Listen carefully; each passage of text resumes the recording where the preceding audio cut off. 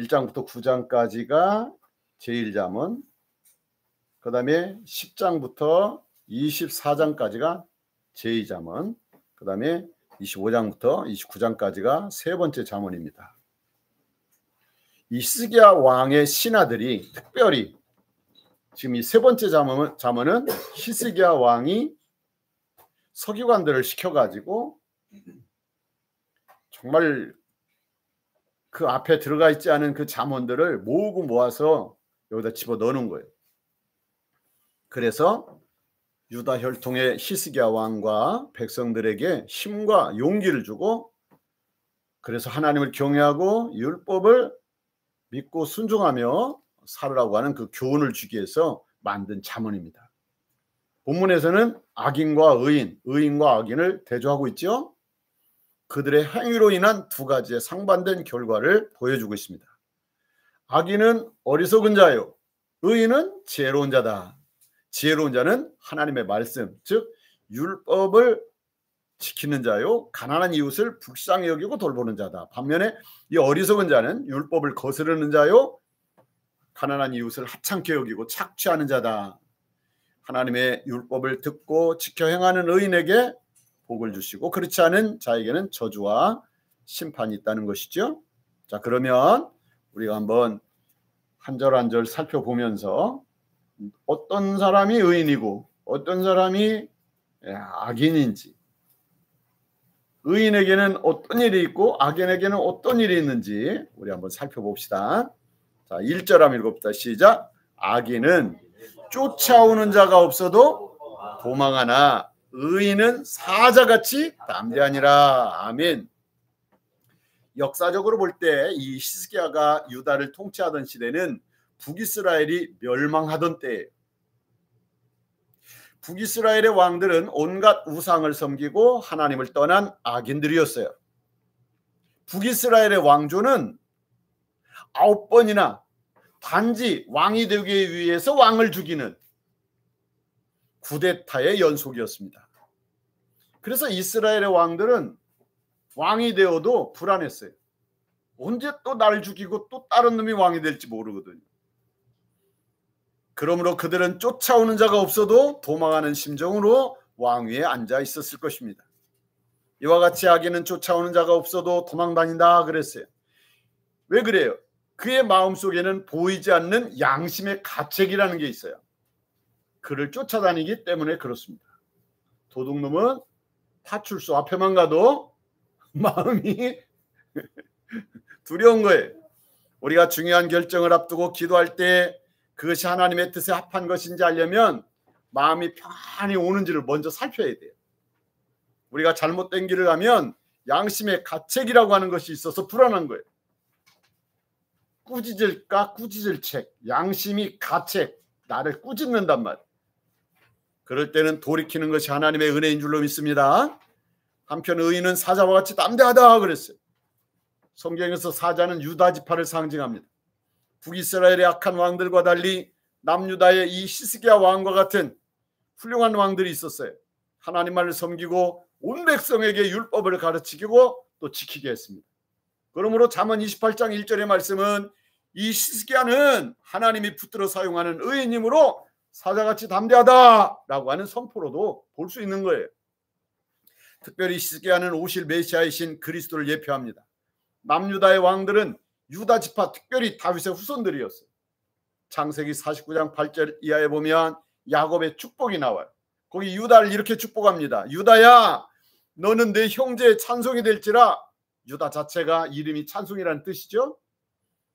내 손이 내 원수의 목을 잡을 것이요 내 아버지 아들들이 내 앞에 절하리로다. 유다는 사자 새끼로다. 내 아들아, 너는 움킨 것을 찢고 올라갔도다. 그가 엎드리고 웅크림이 숫사자 같고 암사자 같으니 누가 그를 범할 수 있으랴. 규가 유다를 떠나지 아니하며 통치자의 지팡이가 그 발 사이에서 떠나지 아니하기를 실로가 오시기까지 이르리니 그에게 모든 백성이 복종하리로다 라고 축복했어요. 실로가 오실 때까지. 이 실로라고 하는 것은 안식을 주는 자, 평화를 만드는 자라는 의미가 있습니다. 그런 자가 누굴까요? 가깝게는 다윗 왕이 나온다는 것이죠. 궁극적으로는 메시아를 가리킵니다. 미가서 5장 2절에서 미가는 베들레헴 에브라다야, 너는 유다 족속 중에 적을지라도 이스라엘을 다스릴 자가 내게서 내게로 나올 것이라. 그의 근본은 상고의 영원에 있느니라 그랬어요. 그러므로 유다 지파에서 그의 백성에게 안식과 평화를 주시는 하나님의 아들, 태초의 영원은 하나님밖에 없죠. 그리스도가 오실 것이라고 하는 예언입니다. 자, 2절 한번 읽읍시다. 시작. 나라는 죄가 있으면 주관자가 많아져도 명철과 지식 있는 사람으로 말미암아 장구하게 되느니라. 여기서 이 죄로 번역한 패샤라고 하는 단어는 일반적인 죄라는 단어가 아니에요. 반역, 모반이라고 하는 뜻을 지니고 있습니다. 북이스라엘은 우상 숭배와 인본주의가 가득했어요. 그래서 북이스라엘은 208년 동안 모반으로 왕조가 9차례나 바뀌었습니다. 그러나 남유다는 약 344년 동안 한 왕조가 유지되었어요. 특별히 히스기야 왕과 같은 명철과 지식이 있는 통치자가 있다면 그 나라는 질서와 안정이 있고 나라는 장구하게 된다, 이런 말이에요. 2절은.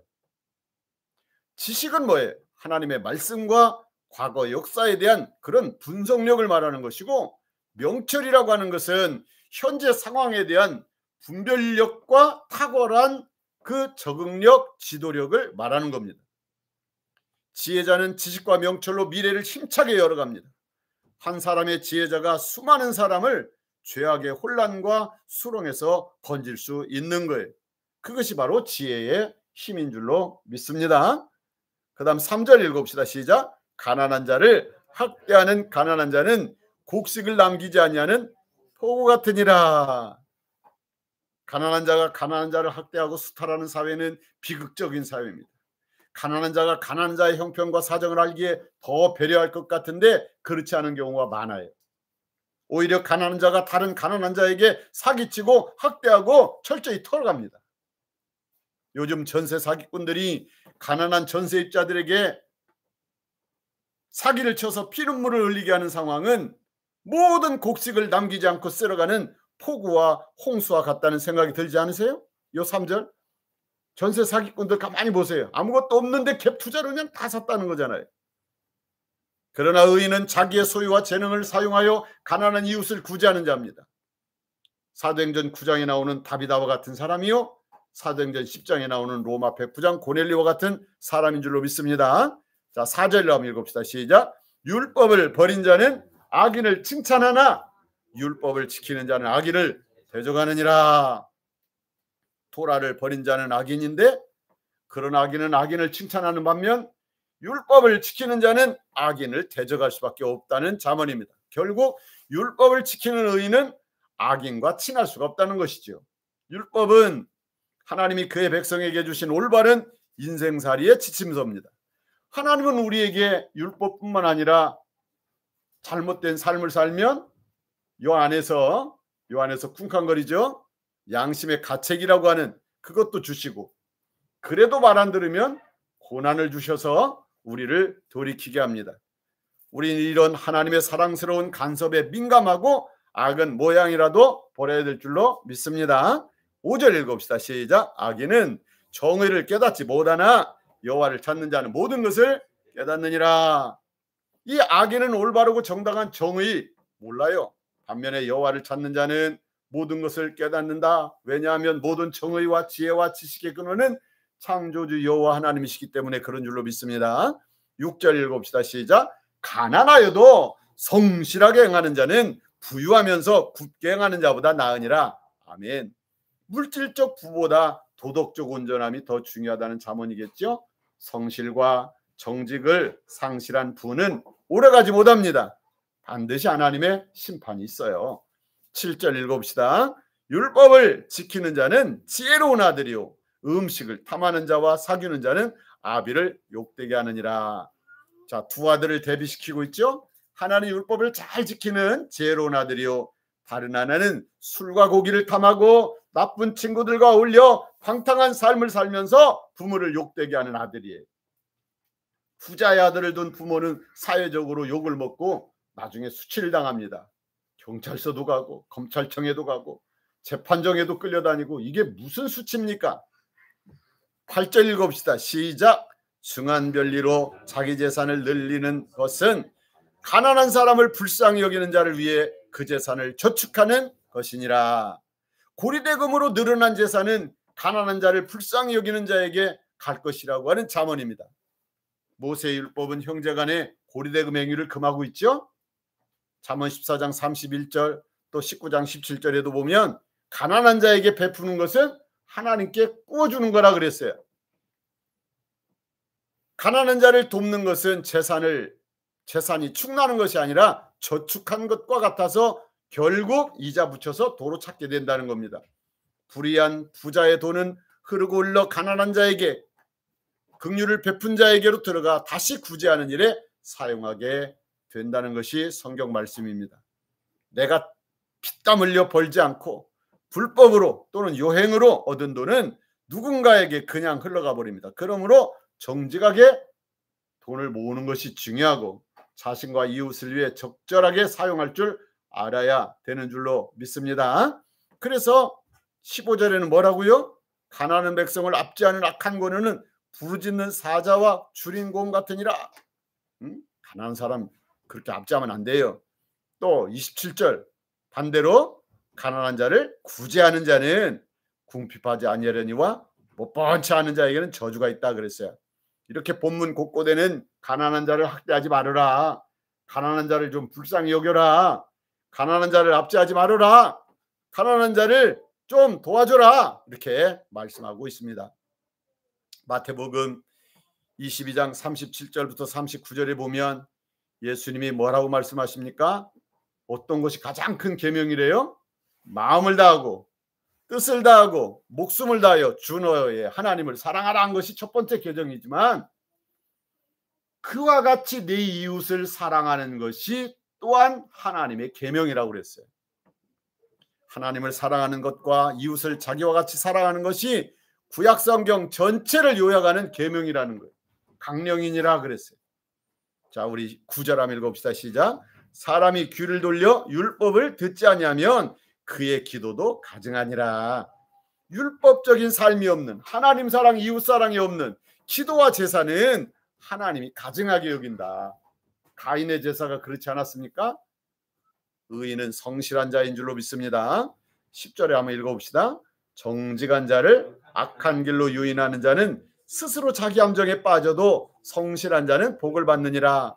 자기 유익을 위해서 정직한 자를 악한 길로 유인하는 자는 스스로 자기 함정에 빠진다는 거예요. 남을 악한 길로 인도하면 자기가 거기 빠져요. 반면에 성실한 자는 가는 길이 좀 느리고 답답해도 궁극적으로는 복을 받는다는 거예요. 결국 성실한 자가 복을 받는다는 잠언입니다. 11절 읽어봅시다. 부자는 자기를 지혜롭게 여기나 가난해도 명철한 자는 자기를 살펴 아느니라. 자기를 지혜롭게 여기는 부자는 부당한 방법으로 재물을 축적한 자를 가르치는 거예요. 그는 만족하며 스스로 지혜롭게 여기지만은 이건 자가당착이라는 것이죠. 반면에 가난하지만 명철한 자는 부자의 교만함과 부당함을 알고 있습니다. 그는 부자의 감추어진 동기와 왜곡된 가치관을 아는 지혜가 있기 때문입니다. 자, 12절 읽어봅시다. 시작. 의인이 득의하면 큰 영화가 있고 악인이 일어나면 사람이 숨느니라. 의인이 득세하면 그 사회는 정말 아름다운 사회죠. 그러나 악인이 득세해봐요. 아유, 숨어 살아요. 그냥 숨어 살아. 말 않고 살지 뭐. 응? 이런 얘기입니다. 여러분, 이 시대의 비극은 자칭 똑똑한 사람은 많은데 겸손한 지혜자가 없다는 겁니다. 전문적인 지식을 가진 교수와 전문가는 많아요. 그러나 하나님을 알고 십자가의 사랑을 가지고 살아가는 지혜자는 찾아보기 어려운 시대가 되었습니다. 하나님은 공의와 사랑이 없는 자의 기도를 듣지 않는다고 그랬어요. 제사도 받지 않는다고 그랬어요. 신앙과 삶의 분리는 현재 한국 기독교가 처한 위기 상황의 원인입니다. 위선적이고 이기적인 기독교 욕하지요. 그러므로 우리는 거룩성 회복하고 좀 더 이타적인 예수님처럼 살아가는 그런 기독교가 돼야 될 줄로 믿습니다. 자, 그리고 부와 가난은 그 자체가 복과 저주가 아니라는 것이 성경 말씀이에요.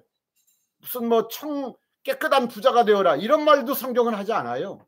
가난하게 살아도 이렇게 나오는 거지. 부자 되라는 걸 너무 강조하면 안 돼요. 교회는 그렇잖아요. 오늘 말씀에도 가난해도 성실하게 사는 걸로 하나님 복 주신다 이러잖아요. 그잖아요. 그럼 부와 가난이 이것이 뭐 악이냐 아니면 미덕이냐 판단의 기준은 아니라고 하는 거 꼭 기억하시기 바랍니다. 자, 그 다음에 자, 우리 한번 13절 읽어봅시다. 시작. 자기의 죄를 숨기는 자는 형통하지 못하나 죄를 잡아가고 버리는 자는 불쌍히 여김을 받으리라. 왜 그래요? 하나님 모든 거 다 아시거든요. 내가 죄를 숨긴다고 남들은 몰라도 하나님은 알잖아요. 그러니까 죄를 잡아가는 자는 하나님으로부터 긍휼을 얻지만은 그냥 죄를 숨기고 살면 형통하지 못한다는 거예요. 14절 시작. 항상 경외하는 자는 복되거니와 마음을 완악하게 하게 하는 자는 재앙에 빠지리라. 비슷비슷하지요. 그래서 우리 인간은 한계를 알고 하나님을 두려워하는 마음에서 악을 떠나고 그리고 그저 하나님 앞에 순종하는 게 이게 순리입니다. 15절 시작. 가난한 백성을 압제하는 악한 관원은 부르짖는 사자와 줄인 곰 같으니라. 개인의 사욕을 채우기 위해서 가난한 자를 압제하는 악한 관원은 부르짖는 사자와 굶주린 곰처럼 잔인한 짐승 같은 자들이다. 나라 백성들은 다 힘든데 지도자만 호의호식하는 그런 동네 있잖아요. 정말 얼마나 힘듭니까? 그죠? 16절 읽읍시다. 시작. 무지한 치리자는 포학을 크게 행하거니와 탐욕을 미워하는 자는 장수하리라. 아멘. 합리적인 말이나 행동 대신에 폭력으로 모든 것을 처리하는 이런 포악한 가장, 엄마, 지도자가 있으면 안 되는 거예요. 그저 욕심 내려놓고 여러분 탐욕을 미워해야 돼요. 다 욕심 때문에 그런 거예요. 욕심 내려놔요. 다 알아서 잘 됩니다. 다 잘 돼. 그저 하나님 잘 섬기고 그러면 되는 거예요. 아멘. 자, 17절 읽읍시다. 시작. 사람의 피를 흘린 자는 함정으로 달려갈 것이니 그를 막지 말지니라. 그럼요. 남의 피를 흘리고 남에게 피눈물을 흘리게 만들고 지는 뭐 멀쩡할 줄 아나요? 아닙니다. 자기도 그런 함정에 빠지는 거예요. 악의 악순환이거든요. 지혜자는 함정으로 달려가는 그 포악한 자를 막지 말라고 그랬어요. 정의가 이루어지는 과정이요. 하나님이 일하시는 하시는 일이기 때문에 그렇습니다. 자, 그 다음에 18절 시작. 성실하게 행하는 자는 구원을 받을 것이나 굽은 길로 행하는 자는 곧 넘어지리라. 아멘. 여호와 찾고 하나님 찾고 율법 지키는 성실한 자는 환난 가운데서도 구원을 얻습니다. 그러나 정의와 질서를 거슬러 굽은 길로 행하는 자는 곧 넘어지게 됩니다. 자, 19절 시작. 자기의 토지를 경작하는 자는 먹을 것이 많으려니와 방탕을 따르는 자는 궁핍함이 많으리라. 아멘. 자기에게 주어진 땅을 성실하게 경작하는 자에게는 추수의 기쁨이 있고 먹을 것이 많지만은 이때는 농경사회니까 그래요. 그래서 이제 땅을 일구는 걸로 지금 설명하고 있는데 요행과 일확천금을 노리며 방탕하게 사는 자에게는 수확한 것이 없기 때문에 궁핍해질 것이다. 이런 말씀입니다. 오늘 말씀에는 이 요행과 이 일확천금 노리는 그런 일은 하지 말라고 그래요. 계속해서. 자, 20절 시작. 충성된 자는 복이 많아도 속히 부하고자 하는 자는 형벌을 면하지 못하리라. 이게 또 속히 부하고자 하는 자, 이게 다 마찬가지예요. 오늘 말씀 딱 그런 것들이에요. 부자 되는 것이 문제가 아니라 속히 부자 되고자 하는 게 문제인 거예요. 부자 되는 거 좋아요. 열심히 살아서 부자 되는 거 뭐 하나님 기뻐하시죠. 그러나 속히 부자 되려고 하는 것이 요게 욕심이거든요. 야고보서 1장 15절 욕심이 죄를 낳고 죄가 장성한즉 사망을 낳느니라. 아멘. 요행이나 일확천금을 바라고 속임수나 거짓말로 부하고자 하는 자는 결국 벌을 받게 된다. 일확천금에 요행을 바라며 탐욕에 충성하지 말고 묵묵히 사명에 충실하고 작은 일에 충성하는 복된 자가 되시기를 축복합니다. 21절 시작. 사람의 낯을 보아주는 것이 좋지 못하고 한 조각 떡으로 말미암아 사람이 범법하는 것도 그러하니라. 재판할 때 낯을 좀 아는 사람이라고 불공정하게 재판하는 것은 옳지 못하고 한 조각 떡으로 상징되는 조그마한 뇌물이라도 받고 범법하는 자도 옳지 못하다는 그런 말씀이에요. 22절 시작. 악한 눈이 있는 자는 재물을 얻기에만 급하고 빈궁이 자기에게로 임할 줄은 알지 못하느니라. 이 후반부에는 이 재물에 대한 얘기가 참 많이 나오죠. 급하게 재물을 얻으려고 하는 자는 불법, 탈법, 편법의 유혹에 빠지게 되고 결국은 빈궁하게 된다는 겁니다. 그러나 그런 악한 눈을 가진 자는 자기 탐욕에 눈이 멀어 비참한 미래를 보지 못한다. 자, 그 다음에 23절. 자, 23절 우리 한번 읽어봅시다. 23절. 사람을 경척하는 자는 혀로 아첨하는 자보다 나중에 더욱 사랑을 받느니라. 사람을 경척하는 자는 처음에 인정 못 받죠. 왜요? 그 말 자체가 좀 쓰거든요. 그러나 아첨하는 자는 그 말이 달콤하기 때문에 상대가 쉽게 받아 삼킵니다. 그러나 나중에 어떤 말이 더 유익했는지를 알게 되면 옳게 책망하는 자를 오히려 더 사랑하게 된다. 이런 말이죠. 그래서 이제 나중에 자녀들이 우리 엄마 아빠가 그때 왜 그렇게 나를 힘들게 했을까? 잔소리를 왜 이렇게 하셨을까? 나중에 알고 보면 돌아가시고 나면 좀 더 잘해드릴 걸, 나 잘 되려고 그랬는데 라고 하는 생각을 하게 되는 거죠. 자, 이번에는 아주 나쁜 사람 나오는데 어떤 사람이 그렇게 나쁜지 봅시다. 24절 시작. 부모의 물건을 도둑질하고서도 죄가 아니라 하는 자는 멸망받게 하는 자의 동륜이라. 그렇죠. 법적으로는 부모 자식 간에는 가져가도 그거는 그 도둑죄가 되지는 않습니다. 자녀와 부모 간에는. 근데 어쨌든 술수를 써가지고 부모의 물건을 도둑질하고서도 나 죄는 아니다 라고 하는 자는 심판받아 마땅한 악한 놈이라는 거예요. 성경은 부모를 공경하라고 가르치고 부모를 학대하고 마음을 아프게 하는 자 사형에 처하라고 합니다. 그러니까 얼마나 심각하게 보는지 몰라요. 부모 재산을 강탈하는 자는 미풍양속을 해치는 자요 가정과 사회 질서를 깨뜨리는 자이므로 공동체에서 격리시켜라. 이런 말씀입니다. 좀 이게 엄해요. 그죠? 이런 말씀은. 25절 시작. 욕심이 많은 자는 다툼을 일으키니나 여호와를 의지하는 자는 풍족하게 되느니라. 맞죠? 욕심이 많으니까 돈에 눈이 멀어가지고 그거 무조건 차지하려고 하기 때문에 다투는 거예요. 어디든지 이게 돈이 있으면 다투더라고요. 장례식이 끝나도 100만 원만 남아도 싸운대요. 그걸 누가 가져가냐고 세상에. 그러나 하나님을 의지하는 자는 주어진 여건에서 자족하면서 살아가기 때문에 나름대로 만족하고 평안하게 산다. 그런 말씀이에요. 26절 시작. 자기의 마음을 믿는 자는 미련한 자요 지혜롭게 행하는 자는 구원을 얻을 자니라. 여러분 마음을 믿어요? 자기 마음을? 예레미야 17장 9절에 보면 만물보다 거짓되고 심히 부패한 것은 마음이라 누가 능히 이를 알리오마는이라고 말합니다. 여러분 인간의 마음은 부패했거든요. 수시로 바뀌어요. 실은 자기 마음 믿으면 안 됩니다. 인간의 마음은 상황과 형편에 따라 수시로 변해요. 그러므로 자기 생각과 의지의 노예가 된 그 교만하고 미련한 자는 남의 충고는 물론이거니와 하나님의 뜻을 따르지 않습니다.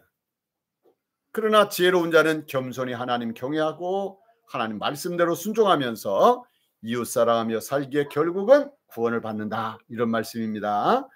자, 27절 시작. 가난한 자를 구제하는 자는 궁핍하지 아니하려니와 못본치 않은 자에게는 저주가 크리라.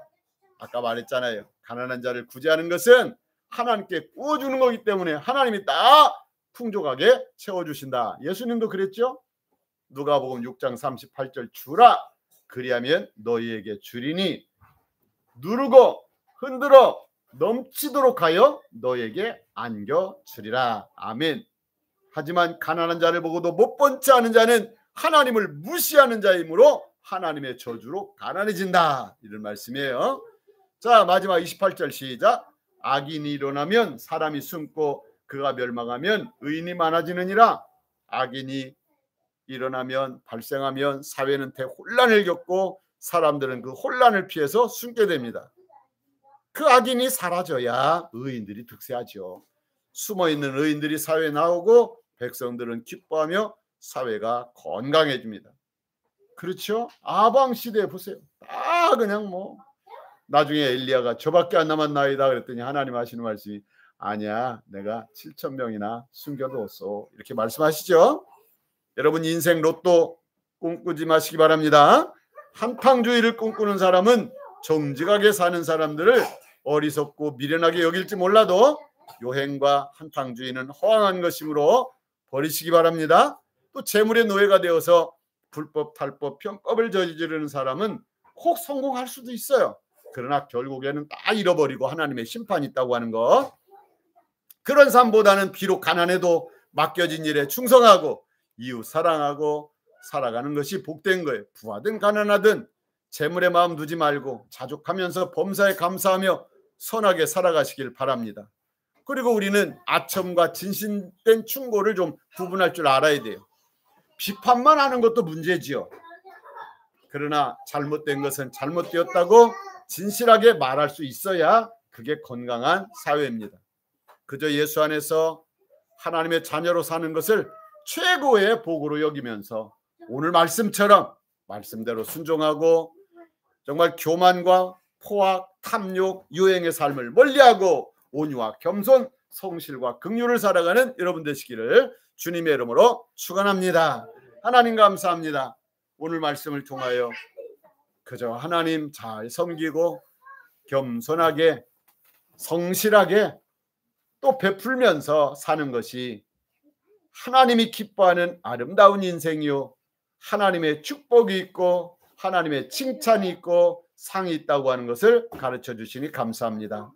예수 믿고 하나님의 자녀된 것 최고의 축복으로 여기고 그저 주신 직장, 주신 가정, 주신 나의 배우자와 사랑하는 부모 자녀를 늘 사랑으로 돌보면서 천국 가정, 웃음소리, 기쁨소리, 찬양소리 넘치는 가정들 다 되게 하여 주시옵소서. 예수님 이름으로 기도합니다. 아멘. 우리 찬송가 430장 찬송하겠습니다.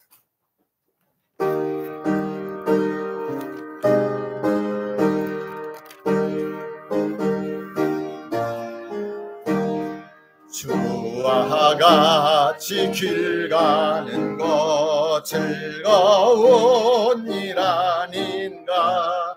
우리 주님 걸어가신 발자취를 밟겠네. 한 걸음 한 걸음 주 예수와 함께 날마다 날마다 우리는 너가리.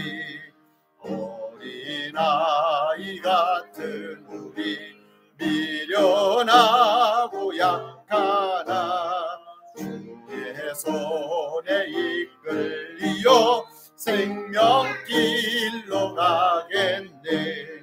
한 걸음 한 걸음 주 예수와 함께 날마다 날마다 우리 걸어가리. 꽃이 피는 들판이나 험한 골짜기라도 주가 인도하는 대로 주와 같이 가겠네. 한 걸음 한 걸음 주 예수와 함께 날마다 날마다 우리 걸어가리. 옛선지 의자에 녹같이 우리들도 천국에 흘려 올라갈 때까지 주와 같이 걷겠니. 한 걸음 한 걸음 주 예수와 함께 날마다 날마다 우리 걸어